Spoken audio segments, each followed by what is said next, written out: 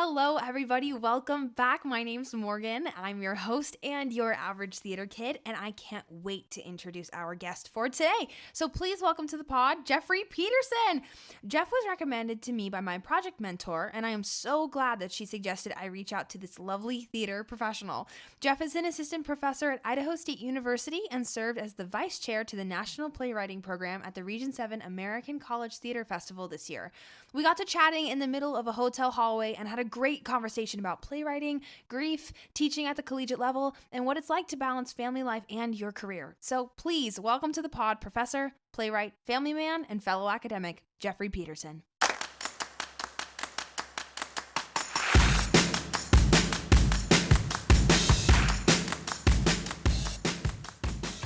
I'm really excited to be here.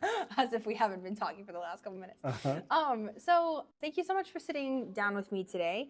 And I just wanted to start off with asking, how did theater first find you?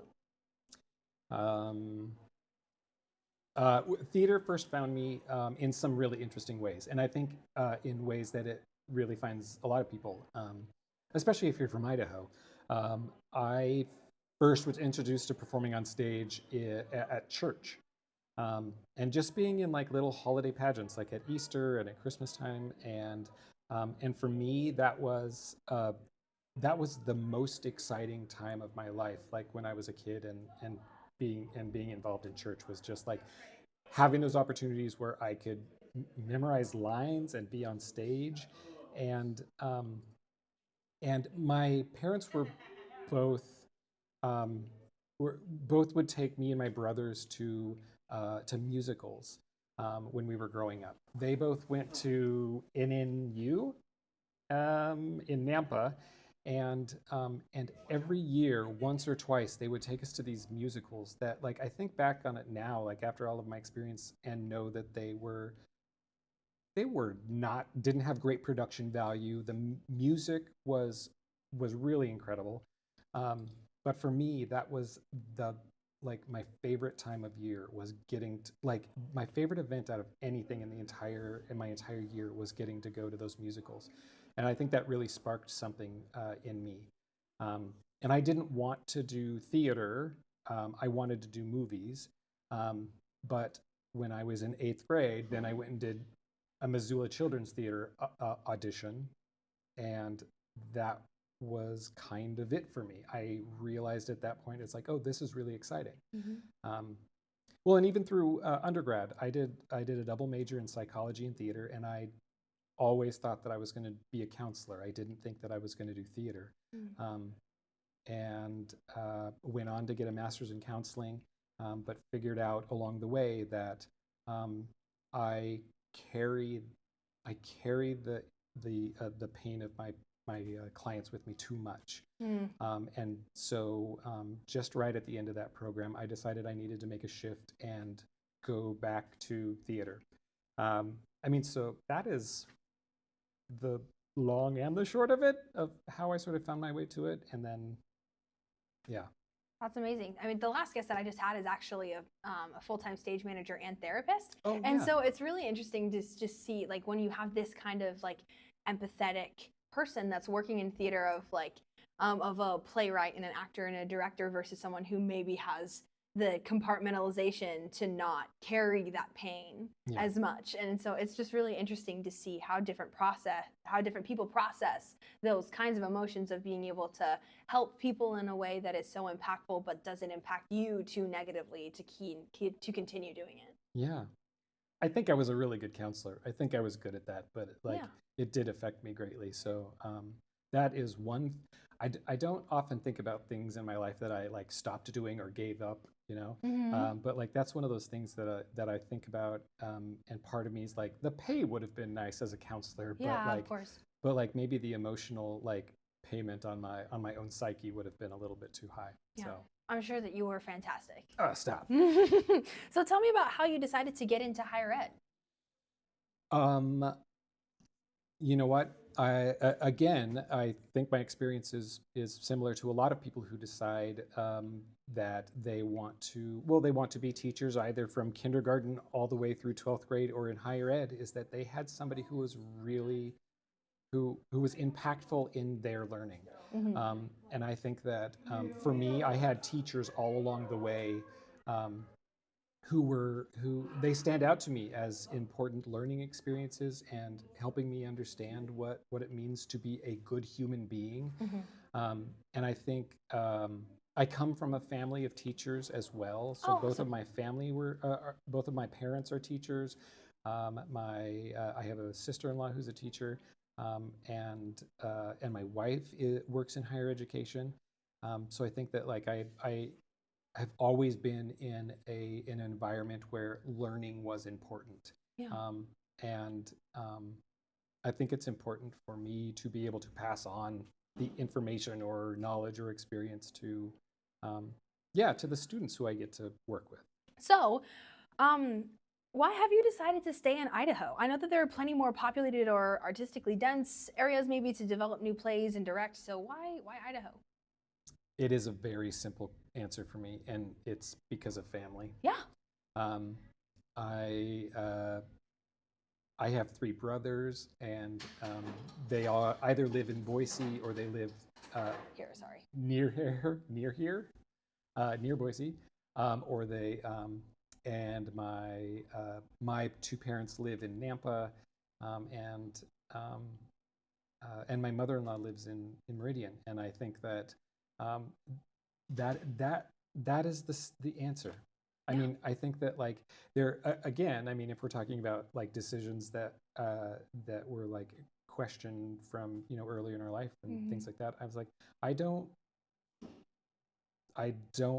ever question that decision because they are very important to me, and my family is the most important thing for me.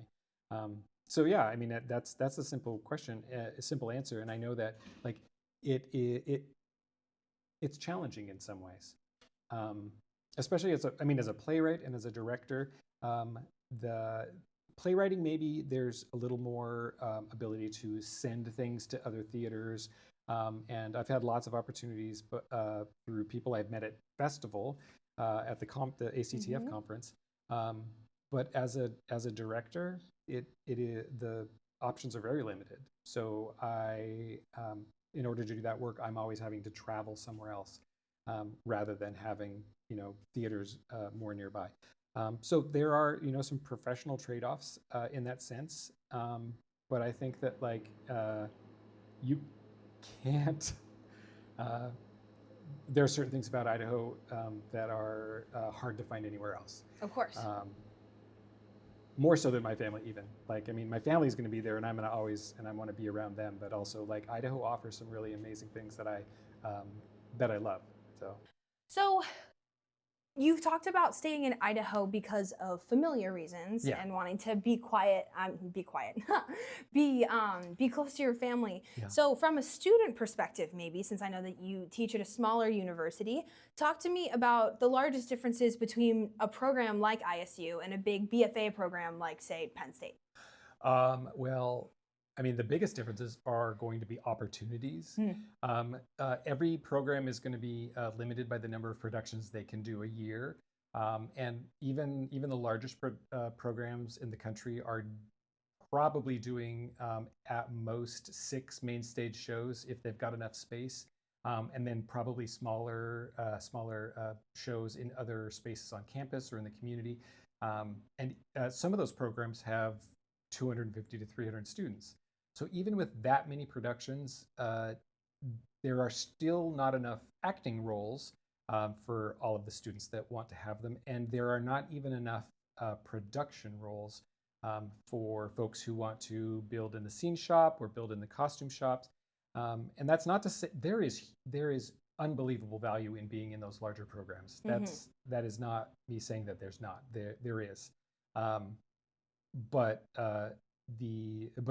But I think one of the things that we can do in a program like ours, which is we have around just over 50 majors, which is a very good number because it provides us a good number of students to be able to cast larger shows, between 25 and 30 cast members, and then also some smaller shows on the side.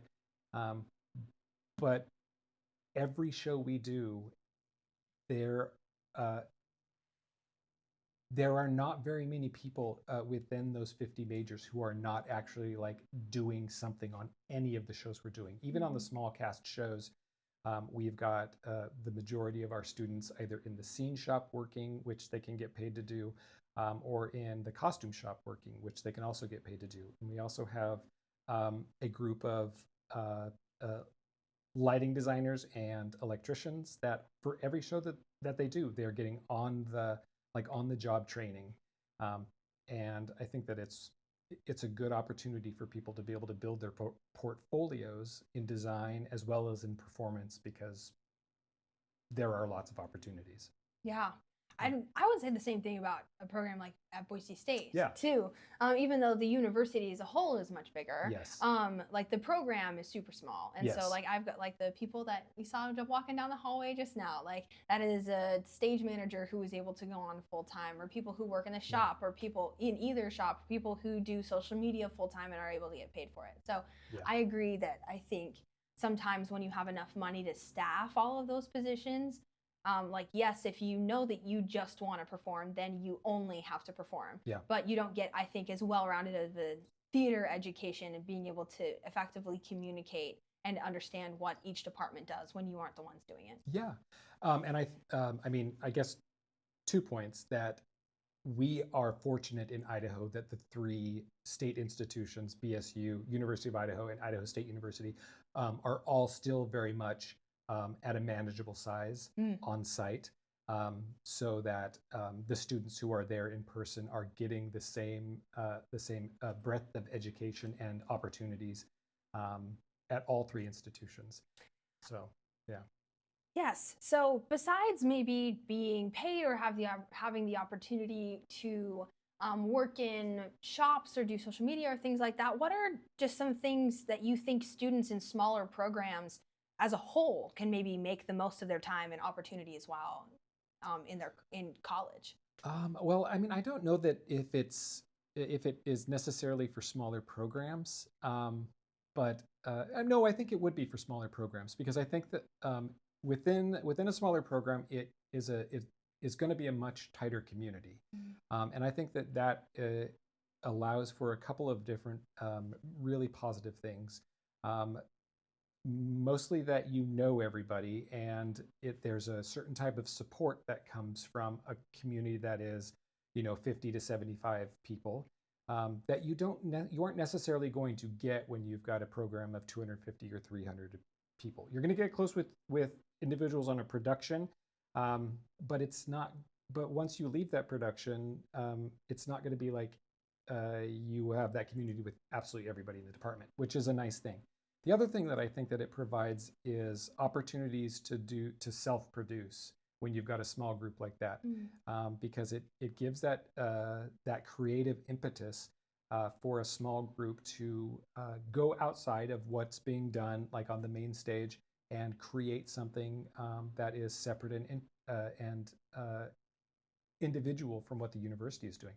I think that's very important, because when we get out in the real world, especially for directors and playwrights, and then you got to have a lot of friends that are actors too, but especially for directors and playwrights, being able to self-produce is absolutely an undeniable skill that you have to have, so that you can figure out how to manage people, how to organize people, how to communicate, and to motivate a group of people to work on a project together. And I think that a smaller program is a really good opportunity to be able to practice those skills.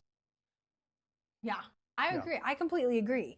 So if we're talking about a smaller program like ISU, what do you enjoy most about teaching, rather than maybe we've been talking about the student perspective? What do you enjoy most about teaching at a smaller program like ISU? That I know everybody. Yeah. And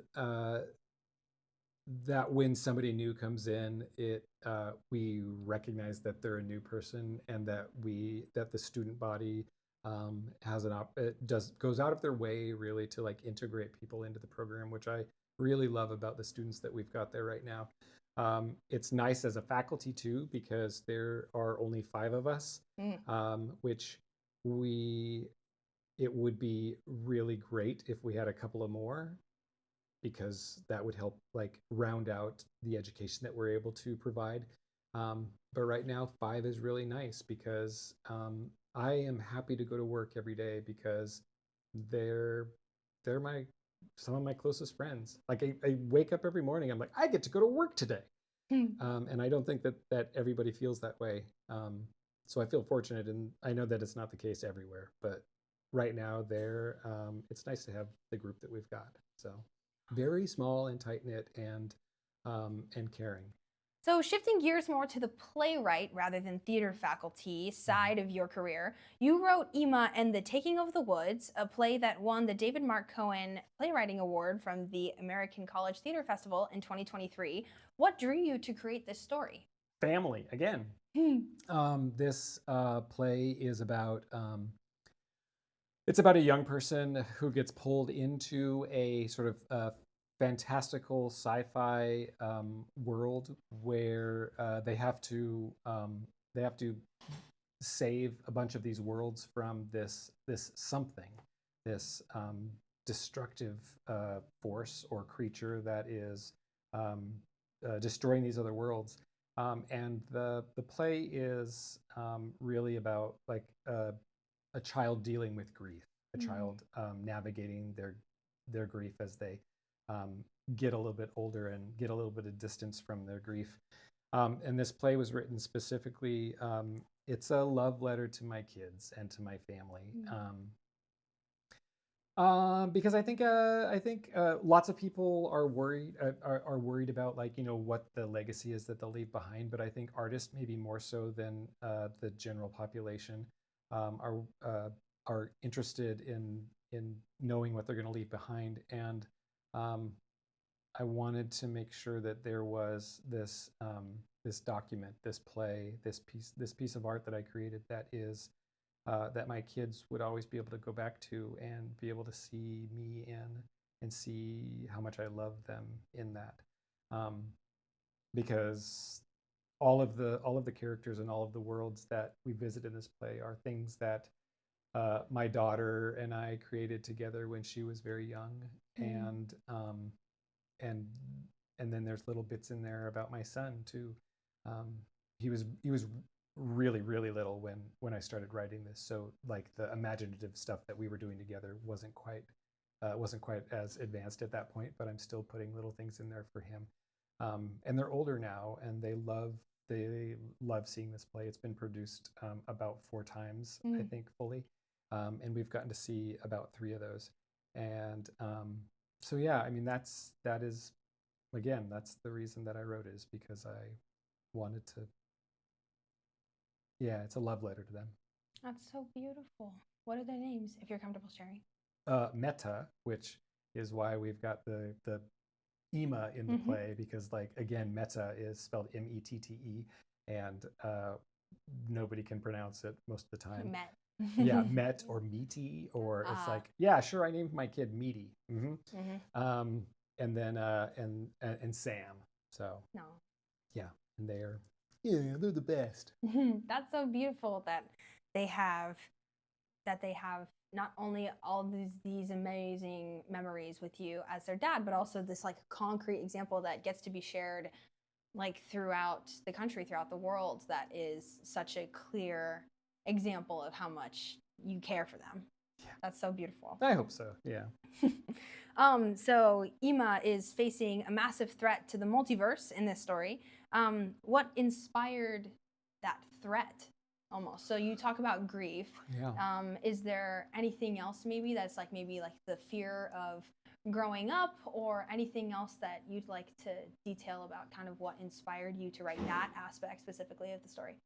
Well, I think that within the world of the play, this thing is multifaceted in what it represents. But one of the things it represents is the forgetting how to play that we go through when we're as we get around 4th grade. We spend our entire like infancy and childhood like focusing on play and learning how to play. It's how we gain dexterity and learn how to move throughout the world, and how our brains are developing. But then we get to about 4th grade, and just with parenting and with the way school changes, play becomes something that's not utilized as much, and we forget how to play in imaginary worlds, and we forget what the kind of joy that it brings. And in this play, this forgetting that's happening is not only forgetting how to play, but also forgetting these worlds that Ema created with their parent.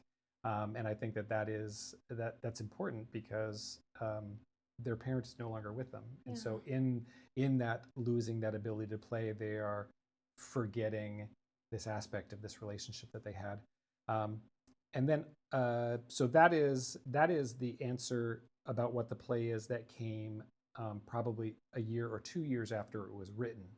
The thing that was prompting this to happen when I started writing it was that my father-in-law was dying of pancreatic cancer. And I think that he was a nuclear engineer at the INL in Idaho Falls. He was a huge Star Trek nerd. He loved everything Star Trek. He loved sci-fi stuff. He loved dragons and all that kind of thing. So this was as when I was writing this play, it was when he was sort of near the end, and this was another way for me to again to say to show my love and to show my care for this person who was so important in my life, because I knew he wasn't going to be with us very much longer. And so this something is, I mean, the whole play with the sci-fi and the fantasy and everything, a lot of that are like nods to him to say like, hey, this is, you've had a huge influence on me. I mean, essentially. But then also like this destructive force is really this idea of this cancer that is, that was really destroying his body, that would like come and then like, fade away in a way, and then think that like, oh, we've got it, and then like, come back again. And so this destructive force, this huge black thing it's described with like tentacles and smoke, and it will move. And I really was like looking at a lot of like images of what what the tendrils from cancer looked like as I was writing this and describing these things. Yeah. I mean, and I think that's so like bittersweet and beautiful, because I know unfortunately that's something that a lot of people can relate to, is that fear of losing someone to cancer specifically. I mean, and that is going to help audiences, like it has helped connect audiences, but also will hopefully continue to connect audiences to this story of it's okay that grief is messy, and that it is something that is a continuous journey that people have to work through. It's not just something that's cut and dry. Yeah. Well, and I think that I mean, that's something that we talk about in playwriting a lot of the time, because in a lot of stories, like they'll deal with grief like with 6 different scenes, to represent the 6 stages of grief. And I think that's something that we were just talking about this morning in one of the sessions, because like there might be 6 identified stages of grief, but they don't happen chronologically. No. And they will come, and then they'll go, and then they'll come back, and you'll bounce around in them. And I think that was, I think as storytellers, we have to make sure that like we are representing like what the human experience is, in all of the different ways that it happens, not just in the way that the psychology books say that we should be experiencing grief. So do you think that maybe you would approach this work differently as a director, reading it or seeing it for the first time and saying, oh, I want to produce that, than you would maybe having also been the playwright? Like obviously all the source material, all the reasons why you wrote it. Do you think that as a director, if you were seeing it, you would approach it differently? Yes, absolutely. I get to go through that because I'm directing it this spring. So oh my gosh, that's so cool. Yeah. So I have to go through all of that, and it is a difficult separation, directing your own plays, especially when there's something that's so sort of complicated like this. When I was writing it has it has impossible things that happen on stage. And I think that I like writing impossible things to happen on stage because it gives designers and directors and ensembles things to play with, you know? Um, but I also don't know what the answer is to some of those problems. And I think that as a director, as a director who's also the playwright of the piece, it's hard for me to go to the designers that I work with in my own department and say, this is what we have to do. I don't know how we're going to do it. Because I think that like if I was a director directing somebody else's play, sure, that's a thing we have to deal with all the time. But since I'm a director directing my own play, I think they kind of look at me sometimes and be like, didn't you think about this when you were writing it? Hey, no. Yeah, yeah. Well, but that was one of the things as a playwright that was that I had to fight the urge to, because like I ask a lot of impossible things, and some of the things I wouldn't have written, I think, if I didn't shut off my director brain and say no, we'll figure it out later. Of course, I can't shut it off completely. So there was always this voice in the back of my head. It's like, no, we can solve it using this and this and this. But for some of the bigger moments, I really had to be like, no, this is something we'll figure out with stage magic. I mean, if you're a kid in your backyard fighting a tree with a stick and pretending it's a dragon, like, we can make anything happen on stage.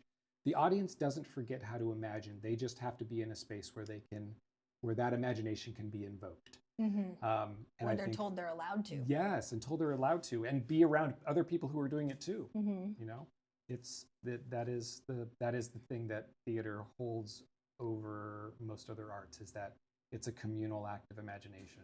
Oh, I love that. That's a quote right there. I'm sure that's somebody else, but if it's original, I'll take it. But I'm pretty sure it's somebody else. Have you ever seen the stage productions of the Studio Ghibli films? Like Spirited Away and My Neighbor Totoro? I have not seen them, but I've seen a lot of the like production shots from it, and watched some of like videos of it. Yeah. It is okay. When I was doing the research for this, like because I'm looking for gigantic puppets. Yeah. You know, there's something has to be gigantic puppets, and so when I'm searching for other examples of gigantic puppets, of course, the Studio Ghibli stuff is going to come up, because it's like, okay, and yes, if I had a budget, of course, that's what I'm gonna do, and I'm inspired by that.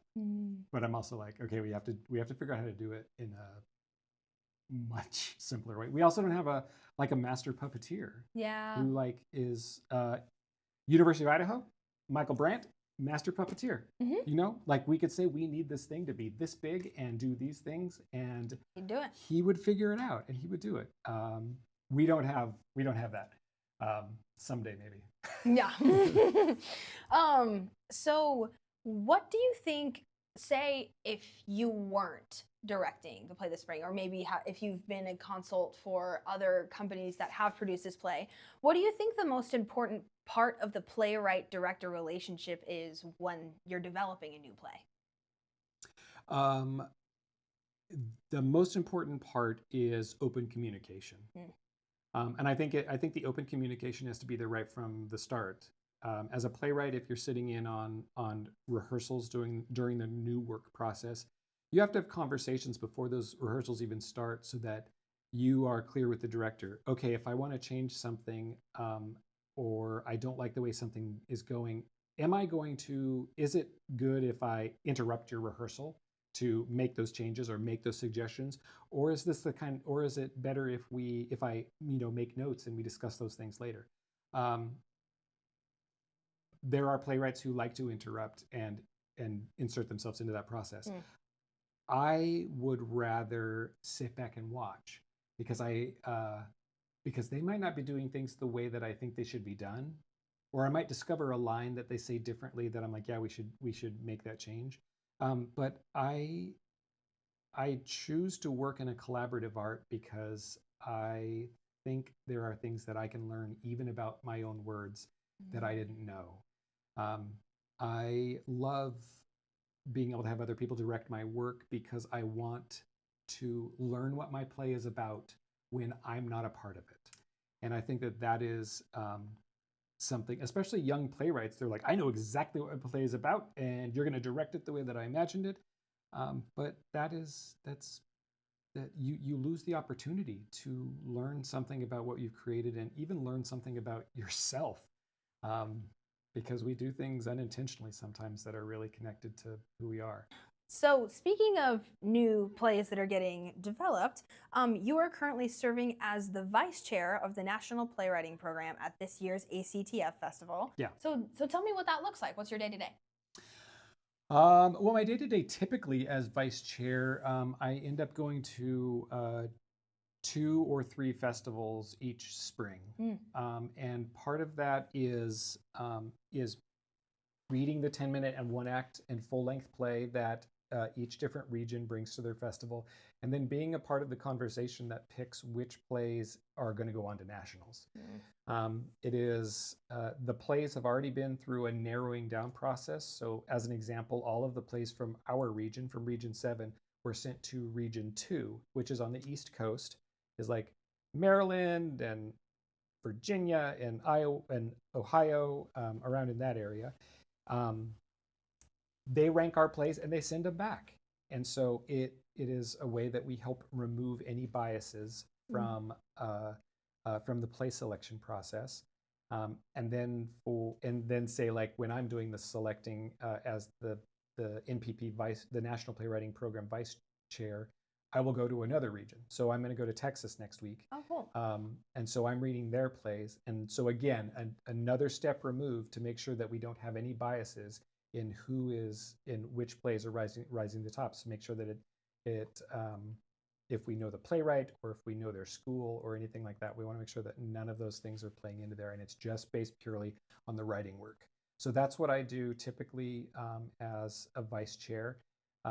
It's a lot of reading plays. So in a typical year, I will read probably close to I don't know, like 85 to 120 new plays. Wow.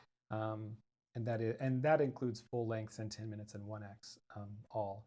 But it's a lot of new work. That is a lot of the job.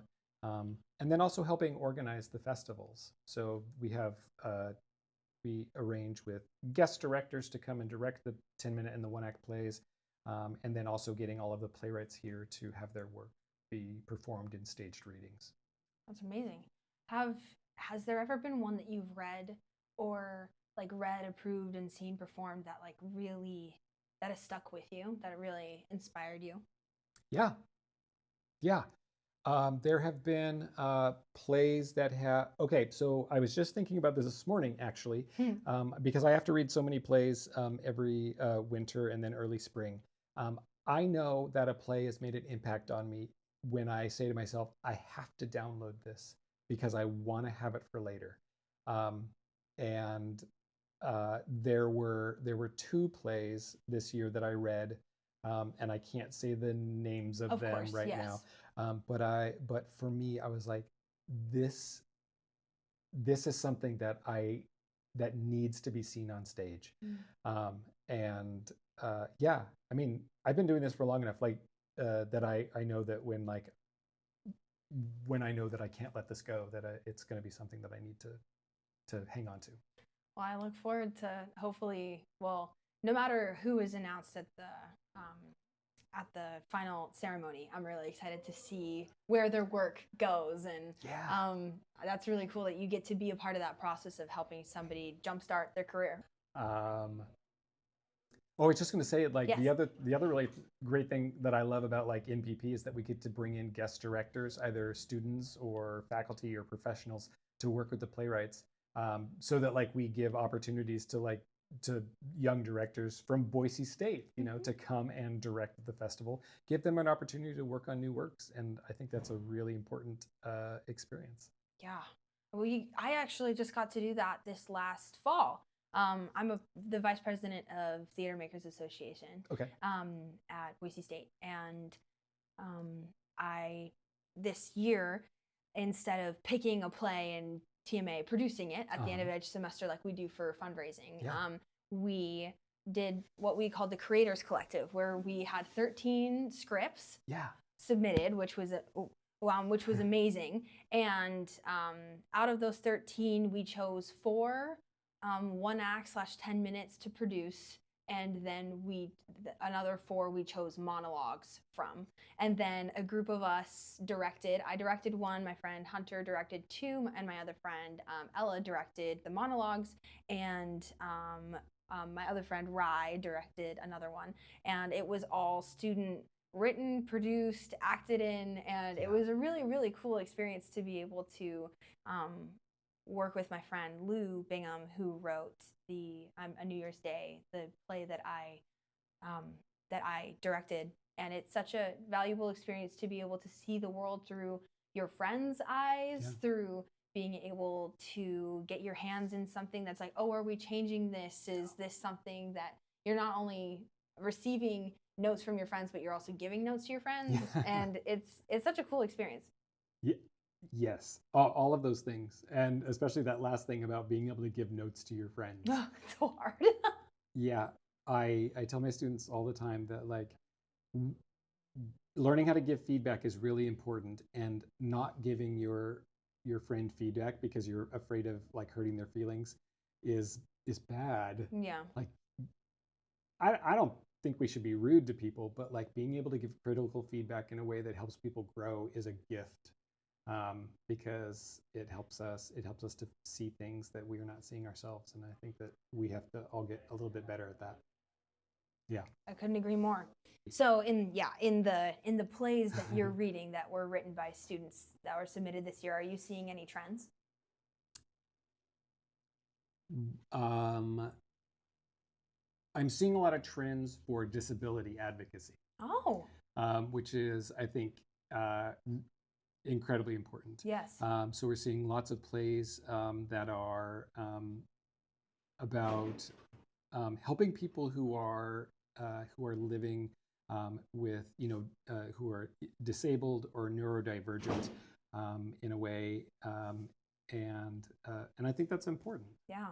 I think that's really great. And one of the favorite plays that I read this year was about people living in fat bodies. And I know, and I say that, and I've got a friend in my life who tells me, you can't say that, that's a bad word, or like treats fat like a bad word. And I said, no, we need to own it, and we need to talk about it, and make sure that we talk about fat in the same way we talk about tall. Yeah. Because like it's a genetic thing that people are living with, and people have different bodies, and it's a different experience because we live in a society that is absolutely focused on like a particular shape. Like everybody needs to be shaped like this. And I think that is the thing that like leads us to believe that fat is a bad word. I think it's especially hard in this industry too, because you look on stage and you think, okay, so like in order to have a job, it's not just like something that maybe is a little bit more flexible, like being able to type and being able to voice to type, or being able to like sit and stand, having like flexibility to work from home, things like that. Like it's you have to, there's such a physical demand and a mental demand, and do you fit in the costume? Do you fit the look of XYZ? And especially I feel like in a society right now that it's like the skinniest is best. Yeah. And people are willing to starve themselves either via a drug or otherwise to be able to be seen. And it absolutely breaks my heart that is where we are right now. And I'm so happy to hear that that young writers are speaking out against that in their art, because I think that it is so important, especially in this industry. Yeah. And writing about it in incredibly beautiful ways. It's the kind of thing where it's like you don't feel like a theme or a message or anything like that is being shoved down your throat. You're living with somebody going through an experience. It's really, really, really, it's very beautiful. And the other one of the other ones that I downloaded was about people living with disability, but it was a comedy vaudeville show with 2 women on stage, and it was again the most like hilarious and brilliant thing I've read in a long time, because it speaks about disability in a way that is ridiculous and fun and like, but also makes fun of itself, but also is criticizing society and its inability to like accept people with different abilities. So yeah, it was such a good play, so good. So when you're reading all of these different works, when you're wearing all of these different hats and What keeps me grounded? Wow, that's a really great question. I mean, it's been my answer to so many things. So I'm gonna say family. good? I spend a lot of time with them. I'm a homebody, so I like being home with them, just hanging out and doing nothing. That brings a lot of joy. I like good food. Yes. Really good food. It keeps me grounded. I like, um, boy, I wish I read more. Yeah. You know, other than plays, I read a gazillion plays a year, but I wish I had more time to read just things for pleasure, or just for fun, because I really like reading. But just I mean, I don't know how you could do this job if you couldn't. don't, yeah, but just don't have time to read anything outside of work for the most part. Yeah. Yeah, and then uh, I can't stop creating things, and I think that like I am lucky in that the way that my brain works and pushes me towards things and pushes me towards creating things, like that is actually one of the ways that I stay grounded is by writing things or by directing things and diving into new projects. So I am very fortunate that part of the work-life balance that I have is that I get some sort of balance from my work. So, and I don't think most people get that at all. No. So, yeah. Yeah, that's beautiful. I love that. So, and then we were able to chat about this a little bit beforehand. So, this is a unique question to these interviews. What is a question about what you do that you're dying to be asked, that you just are bursting at the seams to talk about to someone? I always want to talk about writing plays. Yeah.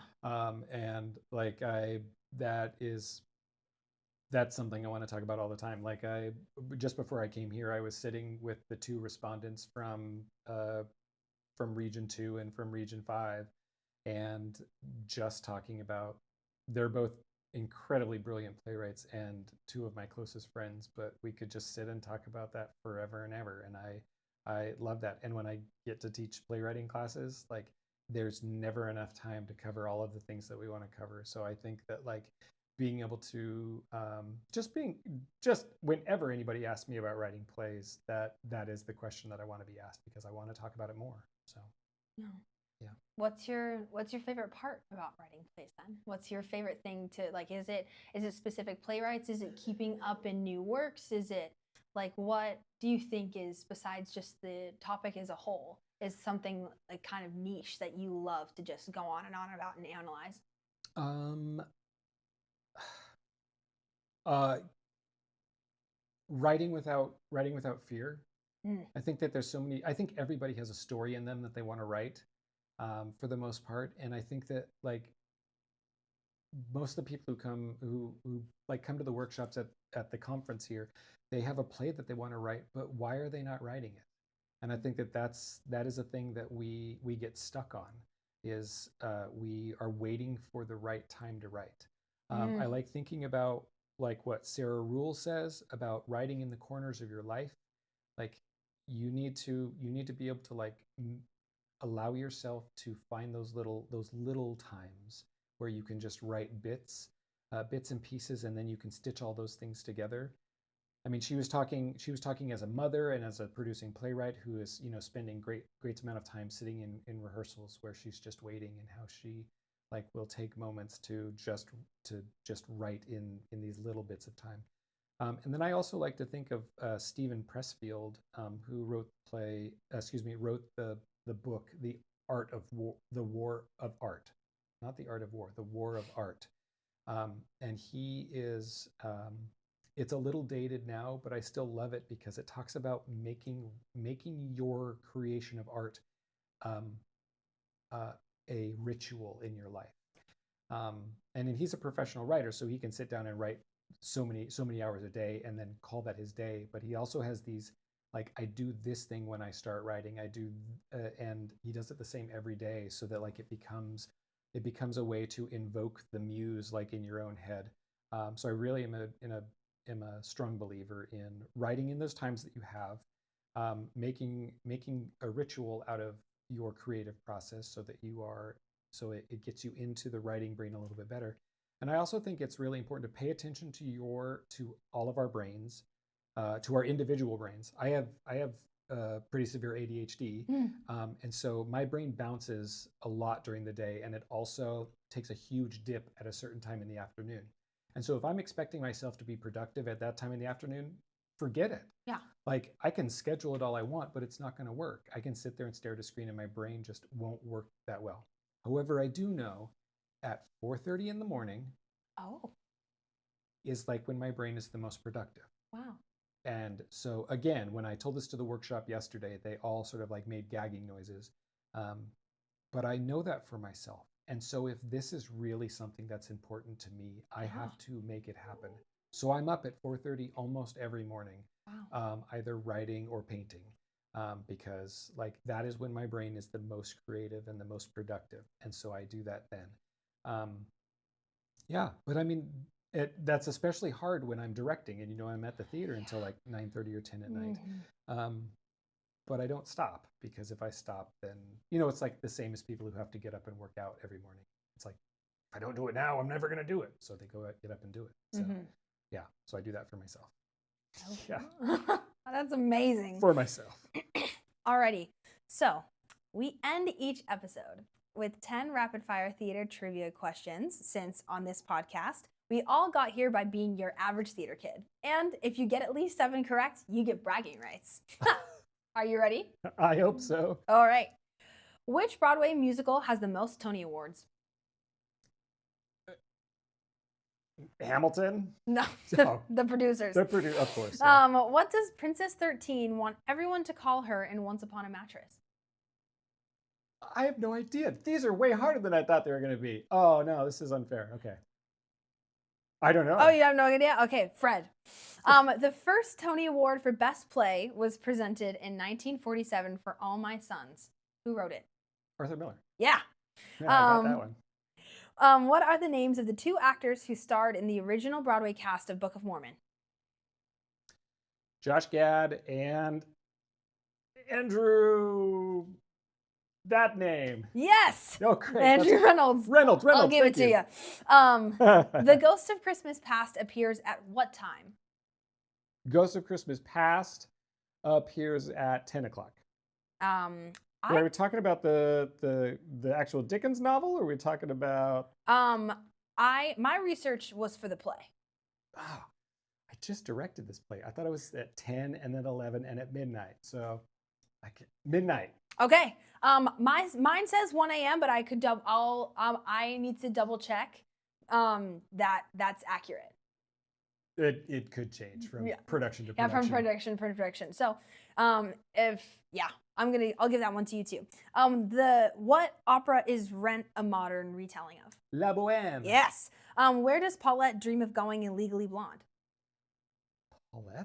Paulette dreams of going to. Oh, Paulette. Orlando. No, I don't know where is it. That's Book of Mormon. I know. Ireland. How many Broadway theaters are in New York City? 9. 6. What's the answer? 41. What animated character and gosh. corporate icon portrayed Bob Cratchit in 1983 in a Disney? Mickey Mouse. Yes, there you go. Now finish the lyric. I learned to slam on the brake. I learned to slam on the brake?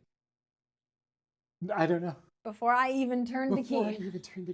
So make sure to go see ISU's summer production of Dear Evan Hansen. But yes. Oh, you gave me too many musical questions. Oh, I'm sorry. That's okay. All right. Should have been more about Arthur Miller. That would have been, I could have done that just fine. Hey, what about the Greek questions? You should ask some questions about Aristophanes and I know. Lysistrata or something like that. I could have done that. All right. Well, thank you, Jeff, so much for being here. This was such a great conversation. I personally don't know a ton about playwriting, and so being able to see why you love it has been an amazing part of my day and a part of this conference. And I hope that you enjoyed this conversation and that it was a good experience for you. Morgan, thank you so much for the work that you're doing to, have conversations with artists, theater artists about the work that they're doing.